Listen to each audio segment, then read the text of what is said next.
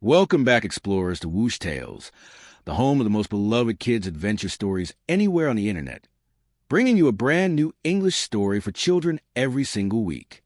This is episode 14. And if you have been with Finn Walker from the very beginning of the series, you already know that we have traveled to some enormous places together, to the edge of the world and through deep space and to the bottom of the ocean and inside the living forest and into the breathing mountain, and finally down the chamber at the heart of the world where the two brothers finished the quiet decade-long work their grandfather had begun. 13 episodes of increasingly deep and enormous adventures. This episode is going to feel different from all of those, because sometimes the most important journeys in a person's life do not start with a sky cracking open or a mountain breathing or an ancient compass pointing downward. Sometimes they start with something as small as a plain white envelope arriving in the ordinary morning post. And what turns out to be inside that envelope becomes, in its own quiet way, one of the most meaningful adventures of all. 3 peaceful days had passed since the brothers had come home from the chamber. The warmth that followed them up out of the deep had continued to spread quietly through the village all week, in the small, careful, gentle ways old Thomas had described in the bell tower. Mrs. McTavish's garden had produced more tomatoes than she could possibly use, and she had given away half of them and made chutney with the rest. The wild rambling roses on every stone wall in Stonehaven were still in full extravagant bloom, and their smell drifted to the whole village at every hour of the day. The black and white cat that had reappeared on a windowsill after 2 years of absence had begun making a slow, steady daily patrol of the village, and had now been welcomed by every household on his route. The bell tower's soft continuous hum had faded by Thursday afternoon into the ordinary background of village life, present but no longer noticeable to anyone who was not specifically listening for it. Everything, in short, was slowly settling. The extraordinary was becoming the ordinary in the way extraordinary things do when they are given long enough to become part of a place. Their mother had come home from Edinburgh on Wednesday evening. Nora had arranged the whole conversation about Caleb with the particular careful precision she brought to important family matters. She had sat their mother down at the kitchen table with a cup of tea and had spoken calmly and directly for a long time before Caleb had even come into the room, explaining what she needed to explain in a way that gave their mother the necessary time to receive it. Their mother had listened. She had asked good questions. She had cried a little at the parts about their grandfather that she had not known.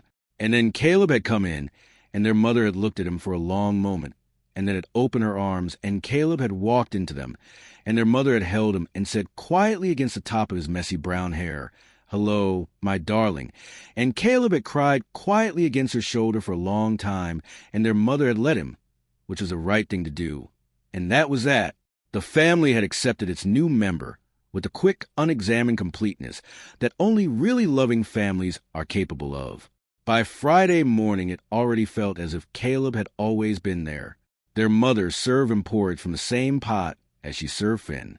Their mother told him to put his boots on the rack by the back door when he came in from outside.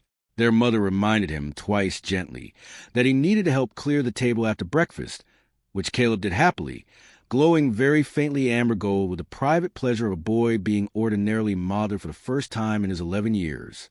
The letter arrived on Friday morning in the ordinary post. Their mother sorted the morning's letters at the kitchen table the way she always did, separating the bills from the cards from the household circulars, and about halfway through the small stack, she paused and looked at a plain white envelope for a moment with a small puzzled frown. "Finn," she said, "this one is for you." He looked up from his second bowl of porridge. She held it out. He took it. The envelope was slightly worn from its long journey. The stamp on the corner was small and colorful, and Finn did not immediately recognize it, though he could tell it was foreign. The handwriting of the address was careful and neat and had the particular precision that children use when they are writing something they think is important and want to get right. It said in blue ink, "Finn Walker, Stonehaven Village, Scottish Highlands, United Kingdom." That was all. No street number, no postcode, no phone number, no return address. And yet the letter had somehow made its way exactly here, which Finn understood, with a particular clarity that came with everything that had happened in the past year, was probably not entirely a coincidence. He opened the envelope carefully. Inside was a single folded piece of thin paper, torn neatly from a school notebook, with the same careful blue handwriting on both sides. He unfolded it slowly. Caleb had come to stand beside him. Nora had put down her own bowl and was watching. Their mother was still holding the last of the morning post and looking at Finn with careful curiosity. The letter was 5 sentences long. Finn read it silently first. Then he read it aloud so that Caleb and Nora and their mother could hear it too. Dear Finn Walker, my name is Priya and I am 9 years old, and I live in a town called Kalimpong in the north of India. I do not know how I know your name or how I know your address, but I have known both of them since the morning 3 days ago when I woke up and remember them the way you remember the words of a song you have not heard for a long time. My grandmother used to grow a plum tree in our garden that she loved very much, and she died 2 years ago, and the tree stopped making plums the year she died, and now it is dying too, and everyone in my family is very sad about it, because it was the last thing of hers we had. Please, would you and your brother come and help our tree if you are able? Thank you very much. Priya. The kitchen was quiet after Finn finished reading. Their mother sat very still with her hands folded on the letters in front of her. Nora had one hand at her chin, the way Nora put her hand at her chin when she was thinking very carefully about something important. Caleb had gone completely still beside Finn. The soft amber gold glow of his skin had come up unbidden, gentle but unmistakable, the way it sometimes did when Caleb was moved by something before he had consciously decided how to feel about it. His body knew before his mind did that this was work he had been prepared for. Their mother spoke first. Well, she said, with the particular calm of a woman who had been having an extraordinary year and had learned to receive its extraordinary developments with a certain graceful patience. That is a very moving letter. Boys, she looked at Finn. Do you know how she knew your address? Finn thought about this carefully. Not exactly, he said, but she says it came to her the way the words of a song come back to you. Their mother nodded slowly. All right, she said. Then she looked at Caleb. And you, she said gently, look as if you have already decided we are going. Caleb met her eyes and did not immediately answer. Then he said, quietly, I would like to go, if it is all right. Their mother was silent for a moment. Then she said, well, if your grandfather taught me one thing in his long life, it is that you do not ignore a letter from a 9-year-old asking politely for help with her grandmother's tree. That is one of the last kinds of letter in the world that a person can afford to ignore. She looked at Nora. Would you like to go too? Nora smiled slightly, the small smile she used when she was being asked a question she had already answered in her mind. Obviously, she said. Their mother nodded once. Then it is settled, she said. You will go tomorrow morning.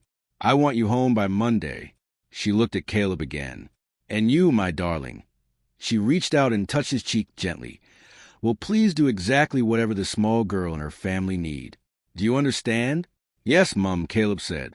It came out of him as naturally as if he'd been calling her Mum for 11 years, which he had not, and their mother's eyes filled briefly, and she looked down at the letters on the table for a moment to give herself a chance to blink the moment through, and Nora, who had noticed, poured her a fresh cup of tea without making any comment about why. They left at dawn the next morning. Ember had already understood, in the way Ember often understood things without being explicitly told, that this was going to be a longer flight than the trip to the Mediterranean meadow had been, and she had spent the previous evening eating a great quantity of the small fish that had been coming out of the shallow bay all week specifically to prepare her body for the long distance. She lifted them off from behind the cottage in the deep gray-blue pre-dawn light, and Nora was in her position at the back, and Caleb was in the middle, and Finn was in front with both compasses in his lap. The original brass one now still, no longer pointing anywhere in particular, because its job was done, and Caleb's warm gold-white sunlight compass, which was now, for the first time since it had first pointed south to Anya's meadow, pointing in a new direction, east, and slightly south, toward a town Finn had never heard of, in the mountains at the top of India, where a 9-year-old girl he had never met was hoping he would come. The journey east across Europe was different from the journey south to Anya. The south had unfolded beneath them in the warm, ripening colors of a southern summer.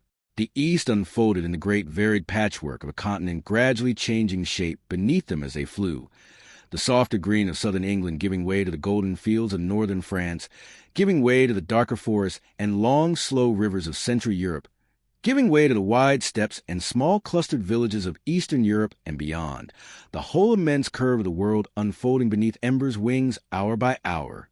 Caleb was quieter on this flight than he had been on the flight south. He was watching the world beneath them with the same careful attention as before, noting each new color, each new pattern of settlement, each new river system unfolding in silver curves through the changing landscape. But he was also, Finn could tell from the way his brother's back rested against his own, quietly thinking about the letter, about Priya, about the small plum tree, and the small girl who had written to him.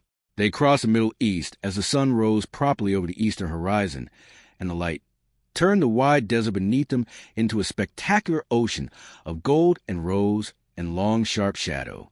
They crossed the Arabian Sea as the sun climbed to its highest point in the sky. They entered India's airspace over the western coast in the middle of the afternoon, and the moment the coastline appeared beneath them, Caleb made a small sound of wonder, because he had read about India in books all his life and he had once told Finn, particularly loved reading about the mountains at the top of it. Ember angled north and began the long, slow, northeasterly climb across the great continent of India below them. The endless patchwork of green and gold and small silver rivers and thousands of small villages and a few enormous cities visible as bright hot pockets of light and movement in the wide continental afternoon. Caleb's compass began to sharpen its bearing about an hour before they reached Kalimpong. He held in his palm and watched the needle tighten and steady with the particular focus of an instrument that had a specific endpoint in mind. The Himalayas rose ahead of them in the distance, an impossibly enormous wall of snow-capped mountains catching the late afternoon sunlight in colors Finn had only ever seen in photographs, and which were, in person, considerably more overwhelming than any photograph had managed to convey. Ember angled slightly toward the foothills at the western edge of the range, and the terrain beneath them became gentler and greener again. Terraced tea gardens climbing the sides of the hills in careful patterned stripes. Small, brightly painted houses clustered in the folds between ridges. Narrow, winding roads following the contours of the landscape like careful drawings. They landed at the very edge of Kalimpong just before sunset, on a small, quiet, grassy shoulder of a hillside a short walk from the town. Ember folded her wings and looked at them the way she looked at them when she wanted to make sure they understood she was going to stay here, quietly out of sight. While they walked in, Finn nodded to her. Caleb pressed his palm briefly against her warm crimson side in thanks. Nora shouldered her small pack with the practiced ease of a 14-year-old who had by now traveled to more places than most fully grown adults, and the three children walked down the small path into town in the deep gold light of the northern Indian late afternoon. Kalimpong was beautiful. The streets were narrow and winding and lined with small colorful houses and small colorful shops, and the smell of spiced tea and fresh cardamom cake drifted out of doorways as they walked past. The mountains rose in enormous silhouette to the north, the highest peaks catching the last direct sunlight in blazing white and gold above dark forested lower slopes. The people they passed on the road smiled at them in the friendly, welcoming way of a small town that was used to travelers and was unbothered by them. And Caleb responded to each smile with the small, careful, open smile of a child in a completely new place who was determined to receive the newness properly and honor it with his full attention. Caleb's compass took them through the winding streets of the lower town, up a small climbing lane, and finally to a modest wooden gate, set into a low stone wall in front of a small pale yellow house. The gate opened onto a small garden. In the garden, Finn saw it immediately when they came around the corner, a plum tree. Small, old, its leaves brown at the edges, its branches drooping slightly with the particular tiredness of a tree that had been slowly dying for 2 years and did not have much left to give. Standing beside the tree, holding a small brass watering can, was a small girl. She was perhaps 9 years old. She had 2 long dark braids and huge dark eyes, and she was wearing a soft gray school jumper and blue trousers. She looked up when they came through the gate, and she saw them, and her whole face changed. "Oh," she said, simply. It came out of her as a small breath. "Oh, you came. You really came." They stood in the garden for a long moment with the 3 children and 1 small girl looking at each other, and then Priya put down her brass watering can very carefully on the ground and walked over and stopped in front of Finn and looked up at her with her huge dark eyes and said, "Thank you," quite quietly, in beautifully accented English. "Thank you, thank you, thank you." And Finn, who did not yet know what to say, simply reached out and rested his hand gently on top of her head for a moment, the way older brothers sometimes rest their hand on top of younger sisters' heads, and said, "We came." Of course we came. Priya's parents came out of the house behind her. Priya's mother had the same huge dark eyes as Priya. Priya's father was a tall, quiet man with kind lines around his eyes and a soft, dark cardigan. They greeted the three visitors with the extraordinary hospitality that families in that part of the world extend to guests almost as a reflex, and within 10 minutes all 6 of them were sitting on cushions in the small, warm sitting room of the house with cups of hot cardamom-scented tea and a plate of small, round golden pastries that Priya's mother called laddus. Priya sat closest to Finn on the same cushion, one small hand resting on his sleeve, as if she was worried he might disappear if she let go of him. Nora had been immediately delighted by Priya's mother, and the two of them were already deep in a conversation in which Nora was learning how laddus were made. Priya's father was watching Caleb with quiet, attentive interest, the way careful adults watch children when they sense that there is something unusual about them, but are polite enough not to comment. After tea, Priya took Caleb by the hand and led him out into the garden. Finn followed them out at a small distance to give them privacy for whatever needed to happen. Nora stayed inside with Priya's parents to keep them gently distracted. Priya walked Caleb over to the small dying plum tree and stopped in front of it and looked up at him. "This is my grandmother's tree," she said quietly. "She planted it when she was younger than I am now. She loved it very much. She talked to it every day. She sang to it sometimes. She said it gave the best plums of any tree in Kalimpong." Priya paused. "She died 2 years ago, and the tree has been dying ever since, and everyone in my family says it is just because the tree is old, but I do not think that is why. I think the tree is dying because she was the one who talked to it, and now nobody talks to it. And I have tried to talk to it every day, but I do not think the tree recognizes my voice." She looked at Caleb with her huge dark eyes. "Can you help? I do not know what you are. I do not know how I knew to write to your brother. But I know that whatever you can do, and I know you can do something, I know that this tree is exactly the kind of thing you were made for. Please, please help it. It is the last thing of hers we have." Caleb was quiet for a long moment. Then he said very softly, "I will do my best. I cannot promise, but I will do my best, and I will do it the way she would have done it, with love. May I sit with the tree for a while?" Priya nodded. Caleb sat down at the base of the small plum tree, cross-legged, and placed both his open palms flat against the warm earth on either side of him. He closed his eyes. Priya sat down on the small patch of grass a meter away from him and watched him with her huge dark eyes. Finn watched from the doorway. Caleb did not begin his work immediately.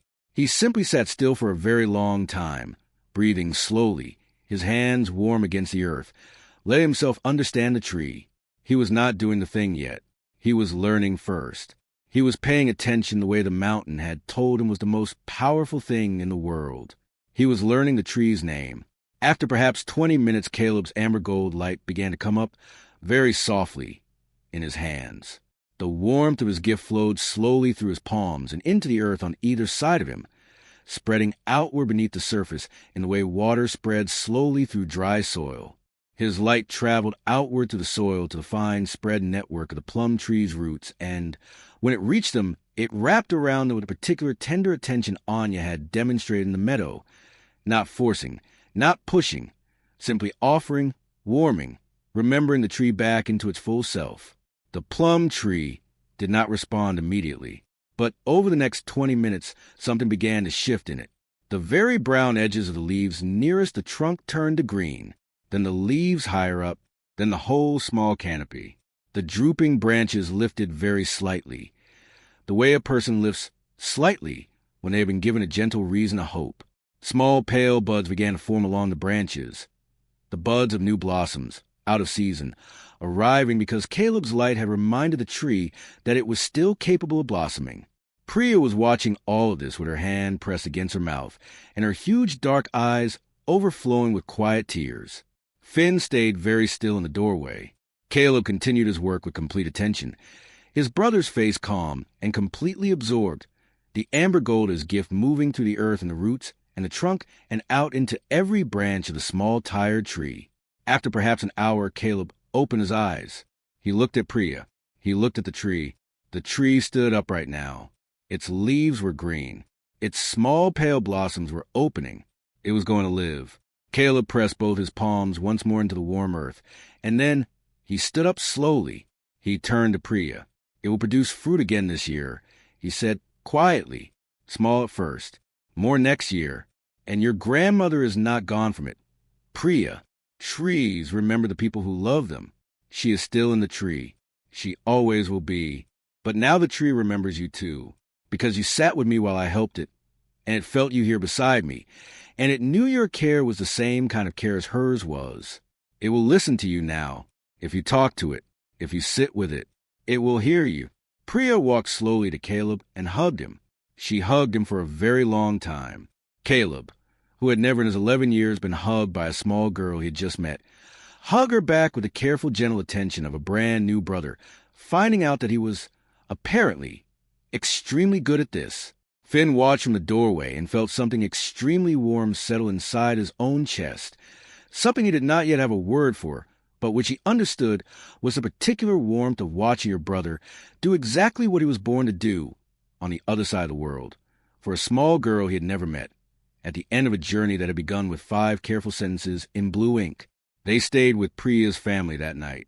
Priya's mother cooked them a meal that had more colors and smells and textures in it than Finn had ever encountered in a single meal in his life, and Nora ate 3 helpings and asked for the recipes for 2 of them.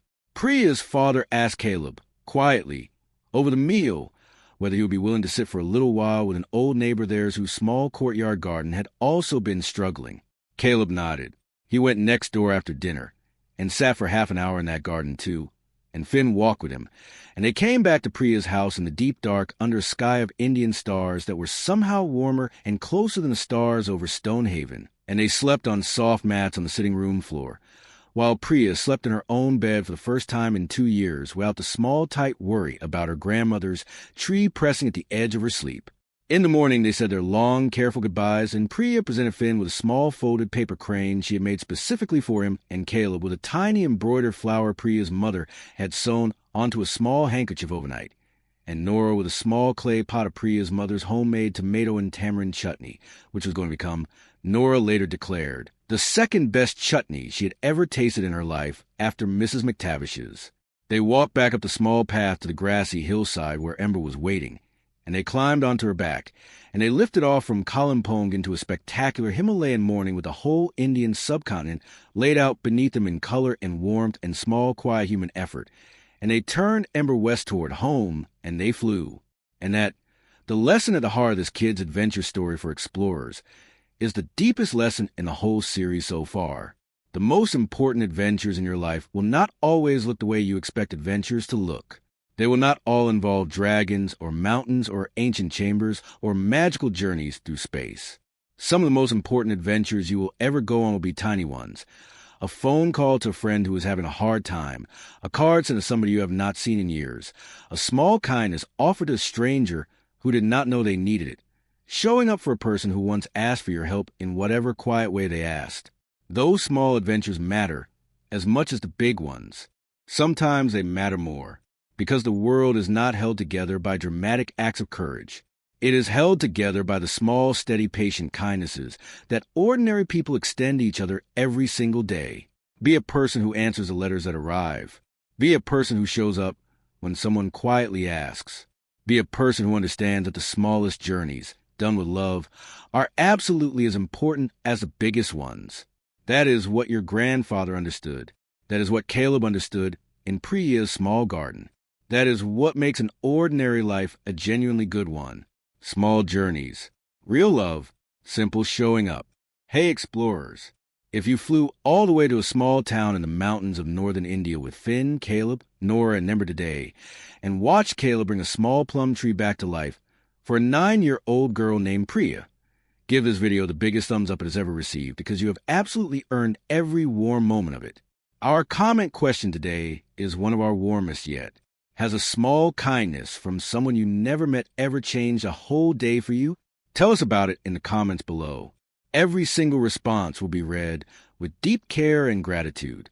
Subscribe to Whoosh Tales right now and ring that notification bell so you never miss a single adventure story for kids. Because next week on the way home from Kalimpong, Ember detects something in the ocean far below that nobody expected, and what Finn sees when he leans over the dragon's side to look will send all four of them straight back down into the deep. We will see you next week, explorers. Whoosh! That night, halfway home over the wide, dark Arabian Sea with the great continent of India already far behind them and Europe still a night's flight ahead, Finn leaned back slightly against Caleb, who leaned back slightly against Nora, who leaned back slightly against nothing at all, because Nora was the last one at the back and had learned long ago how to balance her own weight on the great spines of a flying crimson dragon. The three of them looked up together at a sky full of stars over open water. Nora eventually said, "Quietly, so we are doing letters now." "Yes," Caleb said gently. "It appears we are." Finn was quiet for a moment, and then he said, "I like that." He paused. "I like that a lot." "Yes," Caleb said again, more quietly. "Me too." And they flew on to the warm, dark Arabian night, with a whole warm memory of a small plum tree quietly blossoming in a garden in Kalimpong, traveling home with them, wrapped inside them the way small good things always travel with the people who have been the ones to help make them happen.